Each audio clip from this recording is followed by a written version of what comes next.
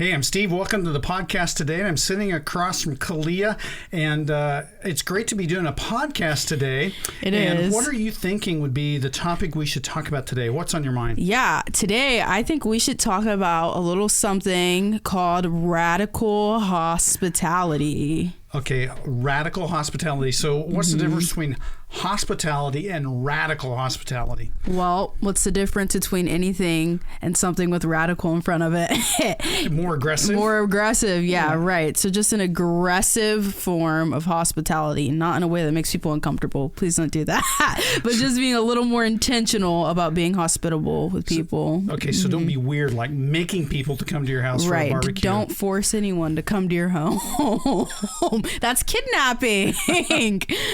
Well, yeah, so why should Christians practice hospitality? Yeah, I think there's a lot of good scriptural foundation for hospitality. 1 Peter 4, Hebrews 13:2.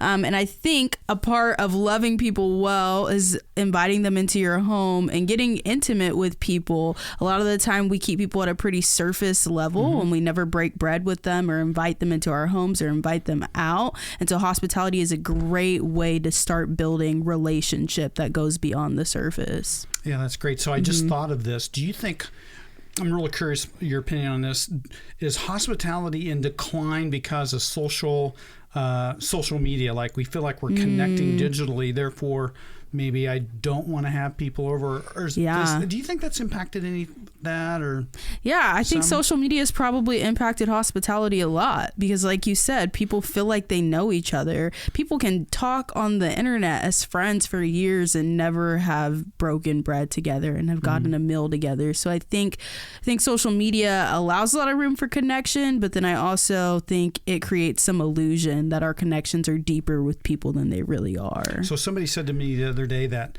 they like social media, they want to be digitally connected, right? But I'm not a digital person. I'm a person of flesh and blood. I want to connect with people, physically like this, right? And talk. Yeah, I think connecting physically should be our priority, and then digitally, if you can. I mean, I could make an argument for the metaverse. People are already connecting in the internet. And so I think in some ways it is important to have a digital identity, but I don't think that it should be the bulk of your connections with people. Okay. Yeah.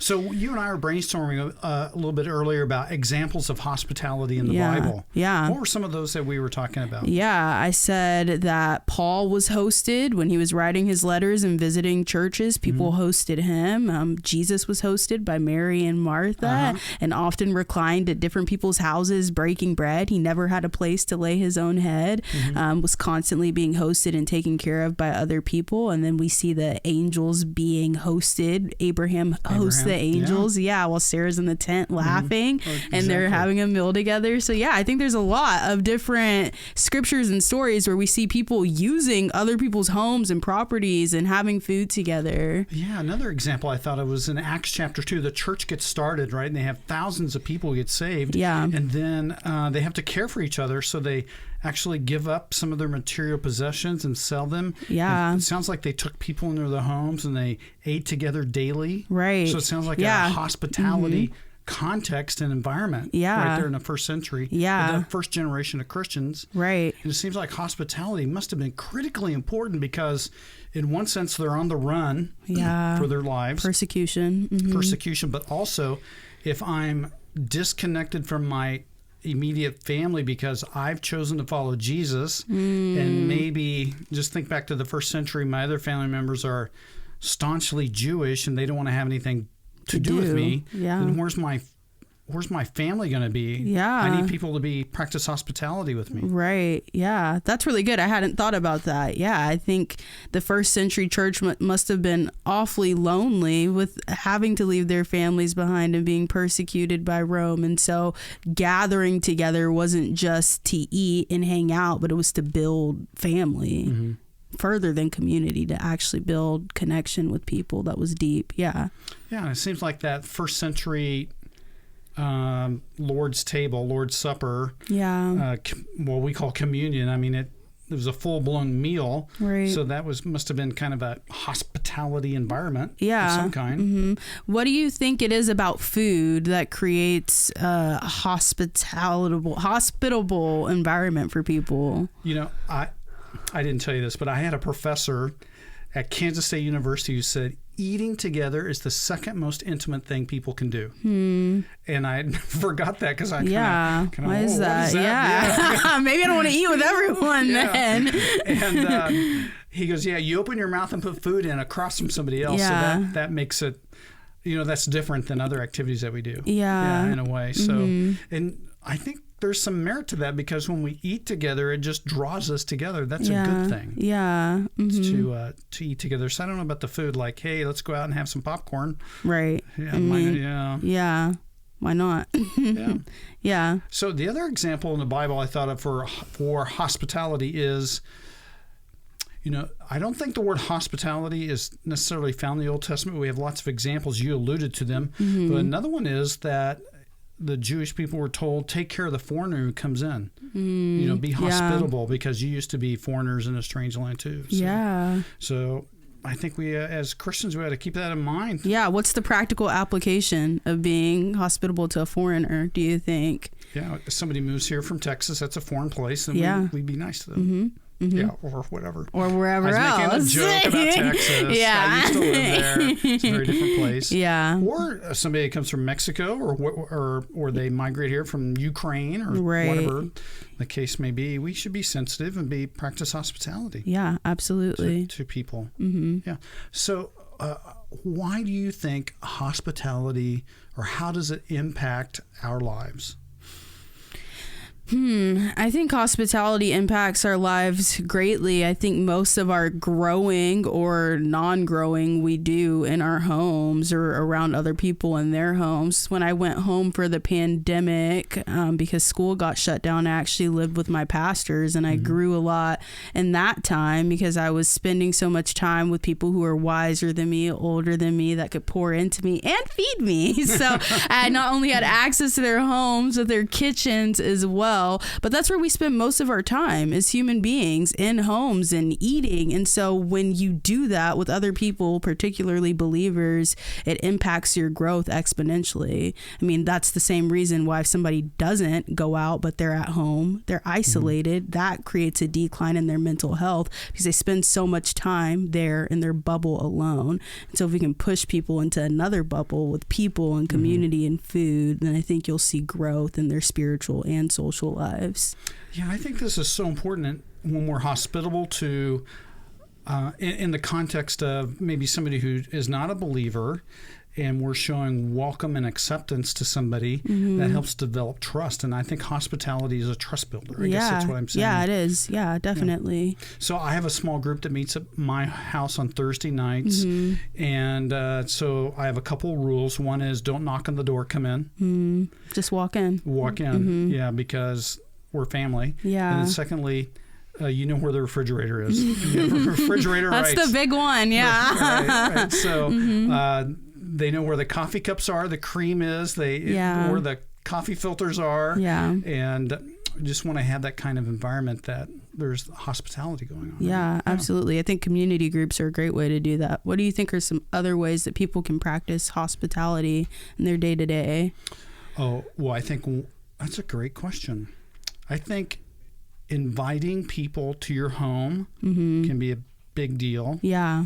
Come over for lunch. Yeah. Come over for dinner or whatever. And special occasions. So Mary and I have tried to practice that. We would have at Easter or special events, we try to invite people maybe that didn't have family or didn't have a place to go. Yeah. I think that's important. Right. Because essentially Mary and I don't have any family here. Yeah. We've never lived at a place where our family members have been. So we've always been on our own. Yeah. So we've been on the receiving end.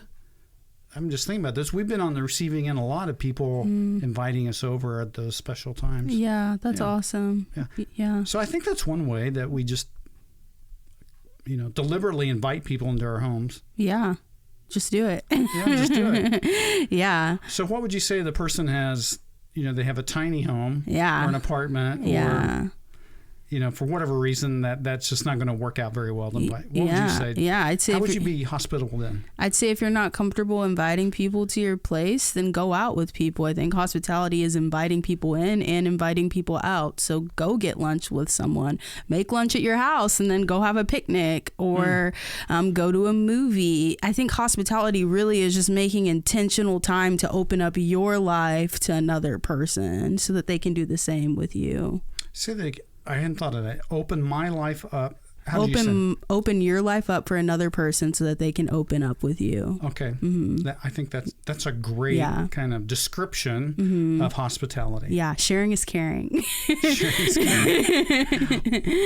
So I could invite somebody to a duck game or to a concert or to go to a movie. Yeah. As long as you're making time to have meaningful conversation with a person, I think that's hospitality. Yeah. Yeah. Okay. So how do you think here in a church setting, how can we practice hospitality? Yeah. What are some ways that? Well, I think definitely encouraging community groups. If you're not in one, get in one. And then also just attending Bible studies. We have Bible studies here throughout the week at the church. So inviting people to come here.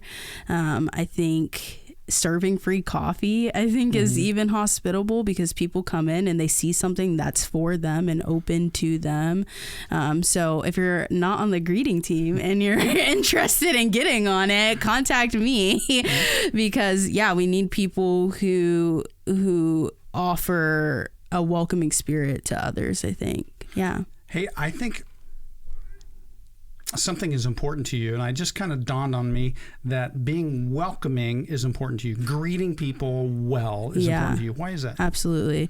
Because your church is your church home, and a lot of what happens here has impacted your individual spiritual life. And if you're interested in seeing that grow, or you want the people you love to grow, then you want them to experience that too. So in the same way that you feel like you've been accepted into a community, you want to promote that to other people, to new people coming in. And so I think a lot of that starts with hospitality on a Sunday morning, greeting people, giving people free coffee, talking to the people who are near you and sparking up conversation. It makes people feel known and it makes them feel seen, and that's the first step in getting connected. I used to use this phrase, and I borrowed it from somebody else, but a lot of people have to belong before they believe. Yeah, that's good. So hospitality is part of that thing of helping people to belong. Right. And if they're not believers, it helps them to make that step of belief. Right. Or if they already are believers, it strengthens their faith. Yeah. I think. Absolutely. Yeah. If you feel like you belong somewhere, then you can start to call that place home. And once once a place feels like home to you, you're able to start making meaningful connections, and particularly with the Lord. So I have a text message on my phone from somebody that said, I think I just found my church home. Okay. And the context is that this person needed some help. And so our church helped pay for some car repairs and helped with some other things. And I think that's just a gesture of hospitality. Yeah, absolutely. Because this person joined a small group and then a need came up and it was communicated to our church staff. Right. And so we responded by trying to be helpful. So in one sense, that small group, the community group, was the hospitality initiators. Yeah. Absolutely. And then they got connected, and then their family, their new home, helped them. Yeah, that's awesome. Yeah. So you gave one example of how you were impacted by your old pastor in California with hospitality. And I shared about how my family, we haven't been around family any place we've lived, and other people have reached out to us. Yeah. But there's that interesting passage in Hebrews 13. Yeah. Practice hospitality because you don't know if you're entertaining angels. Yeah. How crazy is that? Insane. Yeah, I think about that all the time. We talked a little bit about this around Christmas in our Christmas podcast, and I told a story when I lived in Fullerton, away from family in college. I worked at this sandwich place, Jimmy John's, and there was a homeless guy that would hang out around the Jimmy John's and around the campus all the time, and I always noticed him and kind of smiled and nodded. We hadn't really had any conversations, and then one day when I was working, he came in and asked for a free sandwich, and I asked my manager if we could get him a free sandwich. It was freezing outside. It's December. And she said yeah, so I made him a sandwich, and as I was ringing up his or not ringing it up, but as I was bagging up his sandwich to give it to him, he was like, you know what, you remind me of Lisa Bonet. And it was such a quirky thing because I love the Cosby Show, right. and that's not something that people know about me, and she was like particularly my favorite character. And so when he said that, I was like, that's just such a weird thing for a stranger to say to me, let alone this homeless guy.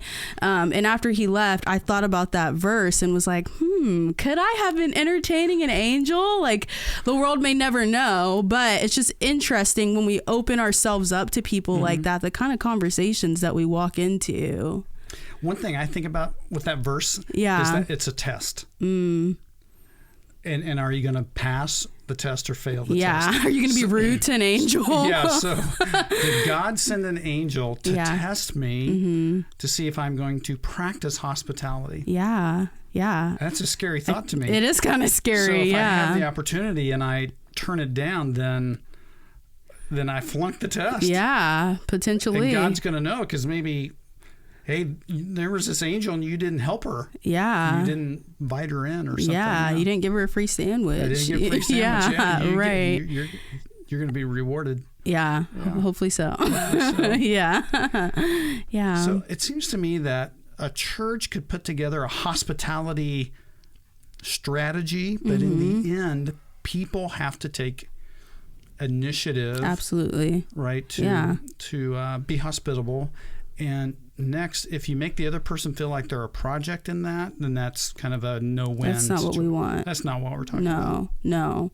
And I think the key to not doing that is, like I said earlier, is opening up yourself. You can't expect people to share it with you and to feel comfortable with you in your home or going out with you if you're not first vulnerable with those people and sharing your story. So I would encourage people who do want to be a little more hospitable to get comfortable sharing their story and being open and honest with people.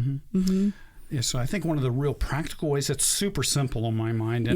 It's simple, but I'm not saying it's easy, is that you meet somebody at church and you invite them to lunch. Right then. Right. Yeah. Let's go after service. Yeah. Why not? Right. And I've heard people tell stories how that's impactful. Yeah. 100%. I think so too. Yeah. Hospitality, it's a big deal. It's a big deal. So be radically hospitable. Okay. All right. Hey, we've been talking about hospitality. Any last thoughts? No, that's it. Yeah. And talking about radical hospitality, just not mediocre hospitality. Right. Just not normal hospitality. Radical hospitality. Hey, I'm Steve. And I'm Kaleea. And we'll talk to you next time.